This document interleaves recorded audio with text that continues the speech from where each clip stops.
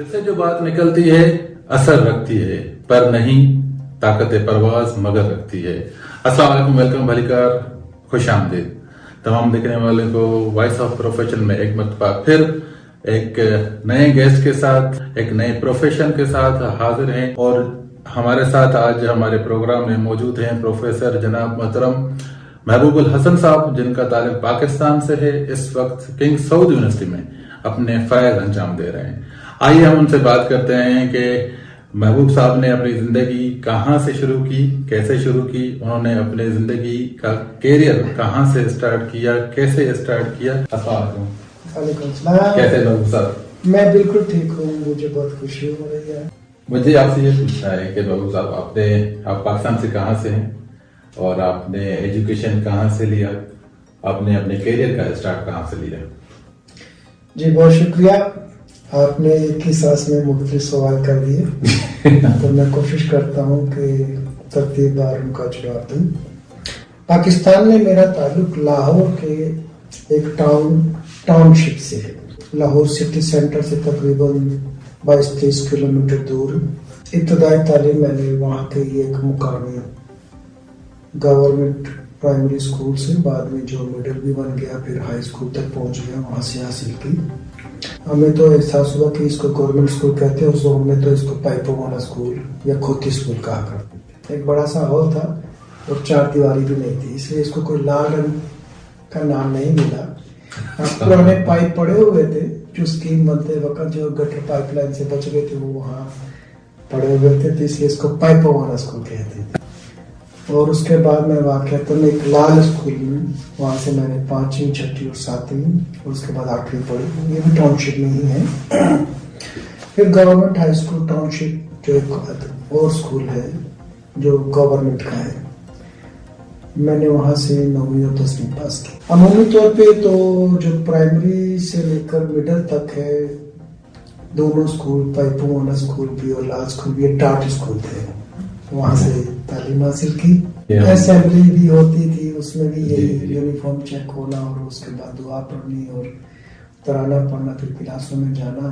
جس طرح وہ لپے آتی ہے دعا بن کے تمنا میری.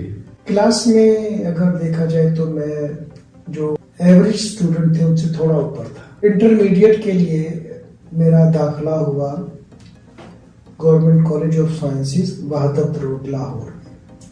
یعنی اسٹیٹسٹکس، میتھمیٹکس اور اکنامکس جس کو جو ہے وہ جنرل سائنس کہتے ہیں، ان میں نے ایف اے یا ایف ایس سی کہہ لیجیے کیونکہ مکس اپ ہے یہ. ٹھیک ہے. اس میں میں نے انٹرمیڈیٹ کیا اور اس کے بعد میں نے بی کام کیا، بیچلر آف کامرس. ٹھیک ہے. پنجاب یونیورسٹی سے ایفیلیٹڈ ایک کالج سے میں نے بی کام کیا. 92-93 بنتا ہے، لیکن یہ دور پاکستان میں مجموعی طور پر سیاسی بدامنی کا دور تھا. 96 میں جا کر بی کام کی ڈگری ملی، بلکہ ریزلٹ ملا. ڈگری تو اس کے بعد ایشو ہوا کرتی ہے. ٹھیک ہے. کچھ ان میں سے 1997 میں پاس ہوئے، کچھ 98 میں پاس ہوئے، تو ہمیں ڈگری جو ہے 1998 میں جا کر ملی. طلبہ متاثر ہوئے ہیں یہ یونیورسٹی انتظامیہ کی نااہلی کی وجہ سے. اچھا. یا کہہ لیجیے کہ سیاسی ونگز کی یونیورسٹی میں مداخلت کی وجہ سے، تو یہ پوری قوم کا نقصان ہوا ہے. ان میں سے ایک ہم بھی ہیں. اس کی شاید ایک وجہ یہ بھی تھی کہ میرا بیچلر اور یا بی کام بہت اچھا ہو چکا تھا، دل و چاٹ ہوا. اور عمومی طور پہ پاکستان میں تعلیم کے نظام سے میں کافی بدل ہو کر میں نے سوچا میں دوسرے ملک کے لیے کہیں ٹرائی کروں. تو میرے کچھ دوستوں نے میرے سے بھی پہلے ترکی کے لیے کوشش کی، اپلائی کیا، تو ترکی تعلیم کے لیے چلے گئے. ترکی میں آپ نے کون سی تعلیم حاصل کی؟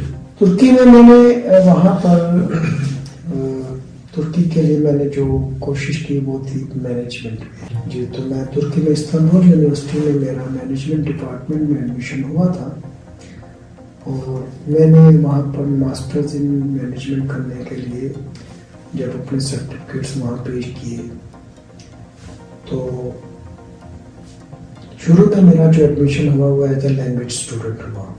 کیونکہ وہ جو ڈپارٹمنٹ جس میں نے اپلائی کیا ٹھیک ہے. اس میں ذریعہ تعلیم یا بورڈ آف ایجوکیشن ترکش تھی. اس چیز کو آپ کو کس نے موٹیویٹ کیا کہ آپ ترکی چلے جائیں؟ یا کیونکہ میرے کچھ دوست پہلے سے ہی ترکی جا چکے تھے. دوسرا ترکی کے ساتھ ہمارے کچھ برادرانہ تعلقات، کچھ یہ کہ ایک اسلامی ملک ہوگا، اور سب سے بڑھ کر یہ کہ وہاں کی جو تعلیمی اخراجات نہایت ہی مناسب تھے. پاکستان کی ہی تقریباً برابر یونیورسٹی کی فیسیں تھی ساری، تقریباً $450 سے $500 ایک سیمسٹر کا. جی وہاں پر بنتی تھی. اس کے لیے کیا ریکوائرمنٹ تھی ترکی کے لیے؟ اچھا، میں اس میں ایک چیز اور آپ کو، ہمارے ینگسٹر اگر کوئی جانا چاہتا ہے ترکی میں، کوئی ایڈمیشن لینا چاہتا ہے ایجوکیشن کے حوالے سے، اس وقت تو کافی محدود معلومات تھی. تو میں ایز اے پہلے جو میں نے اپلائی کیا تھا تو وہ ترکی میں بیچلر کے لیے ہی اپلائی کیا تھا، ماسٹرز کے لیے ایڈمیشن کے لیے اپلائی نہیں کیا تھا. اچھا. تو اس کا یہ ہے کہ YOS کے نام سے ترکی کا ایک اوور آل پوری دنیا میں ترکی کی یونیورسٹی میں ایڈمیشن کے لیے ایک ایگزامینیشن سسٹم ہے جو پوری دنیا کے مسلمان ممالک میں، ترکش اور غیر مسلمان ممالک میں بھی ترکش ایمبیسی کے ذریعے منعقد ہوتا ہے. اچھا ٹھیک ہے. یوس میں جب ہم سرچ کرتے ہیں تو آج کل تو انٹرنیٹ کا دور ہے، کافی ساری انفارمیشن انٹرنیٹ سے بھی مل جائے گی. تو اس میں یونیورسٹی کی تمام یونیورسٹیاں اور ترکی کی ان یونیورسٹی کی تمام فیکلٹیز، اور ان فیکلٹیز کے آگے انٹرنیشنل اسٹوڈنٹس کے لیے جو سیٹس اویلیبل ہیں ان کی تعداد بھی لکھی ہوتی ہے. اچھا. تو اس سے ہم یہ آئیڈیا ہو جاتا ہے کہ یہ یونیورسٹی اس فیکلٹی میں اتنی سیٹیں آفر کر رہی ہے انٹرنیشنل اسٹوڈنٹس کے لیے. جب آپ یوس کا فارم فل کرتے ہیں تو اس میں آپ کو 10 چوائسیز دیتے ہیں آرڈر، کہ اگر میرے نمبر اتنے آ گئے تو میں پہلی پریفرنس اس یونیورسٹی کی اس فیکلٹی کو دوں گا، دوسری اس کو، تیسری اس کو، چوتھی اس کو. تو میں نے اس ایگزامپل یونیورسٹی کی شاید میں فیکلٹی میں پہلی پریفرنس رکھی، اور وہ فیکلٹی ترکش لینگویج میں تھی. تو میرا اسی میں ایگزام کے مارکس دیکھتے اس میں میرا ایڈمیشن ہو گیا. ترکش لینگویج میں تھی، اس لیے مجھے پہلے 6 ماہ 7 ماہ یا 1 سال ترکش لینگویج پڑھنا ہوتی. تو میں ترکش لینگویج پڑھتا رہا. تو اس کے ساتھ میں نے پھر وہاں پہنچ کر ماسٹرز کے لیے داخلے کی کوشش کی. تو مطلب اس وقت آپ کو کتنی لینگویجز آ رہی ہیں؟ تو میں نے اس دوران پہلے میں نے جرمن لینگویج سیکھی. جرمنی کے بارے میں مجھے معلوم ہوا کہ یہاں تعلیم مفت ہے، لیکن تعلیم ساری کی ساری جرمن زبان میں ہے، تو آپ کو جرمن زبان آنا چاہیے. ٹھیک ہے. لاہور میں گوئٹی سینٹر سے میں نے جرمن لینگویج کا 1 سال کا ڈپلوما کیا، اور اس میں میں نے بہت اچھے مارکس حاصل کیے. مطلب اس وقت آپ کو تقریباً 5-6 لینگویج آ رہی ہوں گی؟ جی ہاں، جرمن زبان میں بھول چکا ہوں. اور ترکی کے بعد مجھے جاپان میں پڑھنے کا موقع ملا. جاپان میں میرا جس یونیورسٹی میں ایڈمیشن ہوا وہاں پہ وہ لینگویج جیپنیز زبان تھی، تو میں نے وہاں پہ تقریباً 1.5 سال جو ہے وہ لینگویج پڑھی. لینگویج میں مجھے یہ ہے کہ کچھ 1-2 کورسز بھی مجھے یونیورسٹی میں پڑھنے پڑے ایز اے ریسرچ اسٹوڈنٹ، کیونکہ پاکستان میں میرے پاس جو اصل ڈگری تھی وہ BCom نہیں تھی. میں نے کمپلیٹ نہیں کیا تھا. تو آپ جب میں جاپان میں ماسٹرز کے لیے اپلائی کیا تو انہوں نے میری BCom کی ڈگری کو دیکھتے ہوئے جب ایکولنس کرنا چاہی تو ان کو جو ریکوائرڈ نمبر آف کورسز تھے وہ پورے نہیں ہو رہے تھے ماسٹرز کرنے کے لیے. تو انہوں نے میرے لیے جو ہے وہ کورسز لسٹ آؤٹ کیے کہ مجھے یہ کورسز جو ہے پاس کرنے ہوں گے بیچلر کے. تو میں لینگویج بھی پڑھتا تھا اور بیچلر کے وہ کورسز بھی اٹینڈ کرتا تھا. تو میں نے 2 سال جو ہے جاپان میں as a language plus research student کے طور پہ گزارے. اس میں نے وہ جو ڈیفیشنسی یا جو گیپ تھا وہ فل کیا. اس کے بعد میرا وہاں پر MA اکنامکس میں داخلہ ہوا. تھوڑا سا بیک گراؤنڈ یہ بھی ہے کہ ہماری زبان میں بہت سارے ترکی کے بھی الفاظ ہیں اور ترکی زبان میں بہت سارے فارسی کے بھی الفاظ ہیں، مکسچر ہے بالکل. تو ہمارے پاکستانیوں کے لیے ترکی زبان سیکھنا نسبتاً آسان ہے. اکنامک پروگریس میں اگر ہم دیکھتے ہیں تو جاپان اس وقت دنیا کی دوسری بڑی اکانومی میں سے تھا اور گروتھ ریٹ بھی بہت ہائی تھا، پر کیپٹا انکم بھی سب سے ہائی رہی ان کی. تو یہ کب کا تھا؟ یہ آپ کا کون سا؟ یہ 1997-98 کی میں بات کر رہا ہوں. اچھا، وہاں پر آپ شفٹ ہو چکے تھے تب تک؟ میں 1998 میں جاپان شفٹ ہو گیا، لیکن سب سے بڑی دشواری جو پیش آئی ہے وہ یہی کہ میں نے جو ہے اپنا ٹریک چینج کیا تھا. کامرس کی بجائے میں اکنامکس کی طرف آیا. اس میں کوئی آپ کو پرابلم ہوا تھا؟ جی پرابلم تو ہوئی ہے. جب وہاں پر اسٹڈی میں نہیں، اس کی یہ وجہ ہوئی کہ میں جاپان کی بات کریں، ستمبر کے لیے جو ایڈمیشنز ہوتے ہیں وہ مارچ اپریل میں، اور مارچ اپریل کے جو ایڈمیشنز ہوتے ہیں وہ جولائی اگست میں اس کی ڈیٹس ہوتی ہیں. تو میں ان ڈیٹس سے ہٹ کر پہنچا تھا وہاں، تو ڈیٹس گزر چکی. صحیح. یہ آپ کہہ لیجیے کہ میری مسٹیک ہے، لیکن بہرحال سفر جو ہے وہ تو نصیب سے ہے. ان دنوں میں میرا سفر لکھا تھا وہاں پر، اور ان دنوں میں شاید رزق بھی وہاں پہ جاتے ہی میرا ایڈمیشن تو نہیں ہو سکا یونیورسٹی میں. میں نے پھر لینگویج اسکول میں ایڈمیشن لیا ایز اے پرائیویٹ کینڈیڈیٹ. تو اس میں ویزا ایشوز آ گئے کہ میں پہلے وزٹ ویزے پہ ہی گیا تھا. جب میں دوبارہ آئین ہوا تو تب یونیورسٹی میں ایڈمیشن کی ڈیٹس آ گئی تھے. تو ان دنوں پھر میں نے یونیورسٹی میں اپلائی کیا تو انہوں نے میرے ڈاکومنٹس دیکھنے کے بعد مجھے جو ہے as a research student accept کر لیا. اور میری ایکویلنس جب انہوں نے خود ہی کمپیئر کیے جی تو مجھے ایک لسٹ بنا کے کہ آپ کو اتنے کورسز مزید پڑھنے ہیں تو پھر آپ ماسٹرز کے لیے ایلیجیبل ہو جائیں گے. تو میں نے اس کو ایکسیپٹ کر لیا. 1999 میں یونیورسٹی میں ایڈمیشن ہوا as a research student. Visa کیسے آپ کو ملا؟ رومن جو ہے نا وہ ڈیولپ ہو چکا ہے کہ پاکستانیوں کو ویزا نہیں دیتے ہیں یا پاکستانی پاسپورٹ کی اوقات نہیں ہے. ہمیں سب سے پہلے جو ہے نا اس رومر کو جو ہے وہ بریک کرنا ہے، اس سرکل کو بریک کرنا ہے. ویزا کا جو پروسیس ہے وہ تمام ملکوں کے لیے، جن جن ملکوں کو ویزا چاہیے دوسرے ملک میں جانے کے لیے، وہ ویزا پالیسی تقریباً بائی لیٹرل ہوتی ہیں. جتنے ڈاکومنٹ ایک جاپانی کو پاکستان آنے کے لیے چاہیے اتنے ہی ڈاکومنٹ یا اسی نوعیت کے ڈاکومنٹ ایک پاکستانی کو جاپان جانے کے لیے چاہیے ہوں گے. یہ بائی لیٹرل ہوتے ہیں. تو اسٹوڈنٹ ویزے کے لیے جو ایمبیسی کی ریکوائرمنٹ ہوتی ہے وہ یہی تھی کہ آپ کو یہ یقین دہانی کرانی ہے کہ میں اپنے اخراجات، یونیورسٹی کی فیس اور وہاں پہ رہنے کے اخراجات ہیں ان کا میرے پاس مناسب انتظام ہے.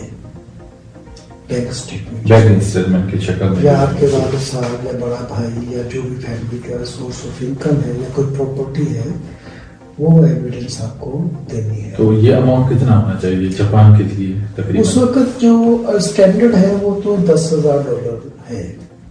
جو اسٹینڈرڈ ہے $10,000 ہے، لیکن اس میں تھوڑی بہت کمی بیشی بھی ایکسیپٹ ہو جاتی ہے. یہ ایک میجر، اگر ہمارے ملک کے حساب سے دیکھا جائے تو لوگ اس کو ایک میجر ایشو سمجھتے ہیں.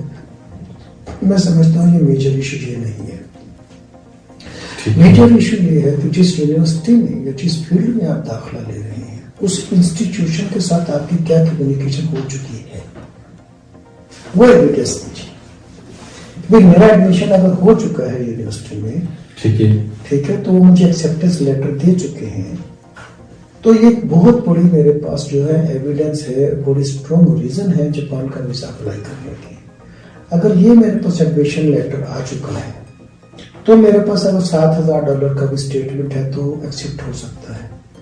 اگر یونیورسٹی کے ساتھ میری کوئی کمیونیکیشن نہیں ہے پھر میں بھلے 20,000 کی بینک اسٹیٹمنٹ بھی لے جاؤں, $20,000 کی بھی, تو ایمبیسی والوں کے لیے یہ کنوینس کرنا ہم میرے لیے بہت مشکل ہو جائے گا میں وہاں جا کے ایڈمیشن لے لوں گا. مطلب آپ کا کہنے کا مطلب یہ ہے کہ ٹوٹل جتنی بھی کمیونیکیشن ہو, ٹرانسپیرنسی ہو اس میں, جی آپ نے یونیورسٹی کے ساتھ کمیونیکیشن کیا ہوا ہے, آپ کے پاس ہینڈسم اماؤنٹ ہے, بینک اسٹیٹمنٹ جو کہ ٹائمنگ ہو, آپ کی پلاننگ بھی ٹھیک ہو, کبھی سپٹمبر میں اگر سیمسٹر شروع ہو رہا ہے ان کی ویب سائٹس میں لکھی ہوئی ہیں ایک اسٹوڈنٹ کے لیے, وہ ساری کی ساری فل آؤٹ ہونی چاہیے یا ان کو پوری ہونی چاہیے, اس کے بعد پھر جا کے ان کو وہ ویزا کے لیے اپلائی کر اب سکتے تو ہیں. دیکھیے نا انٹرنیٹ کا دور ہے, انفارمیشن کا دور ہے.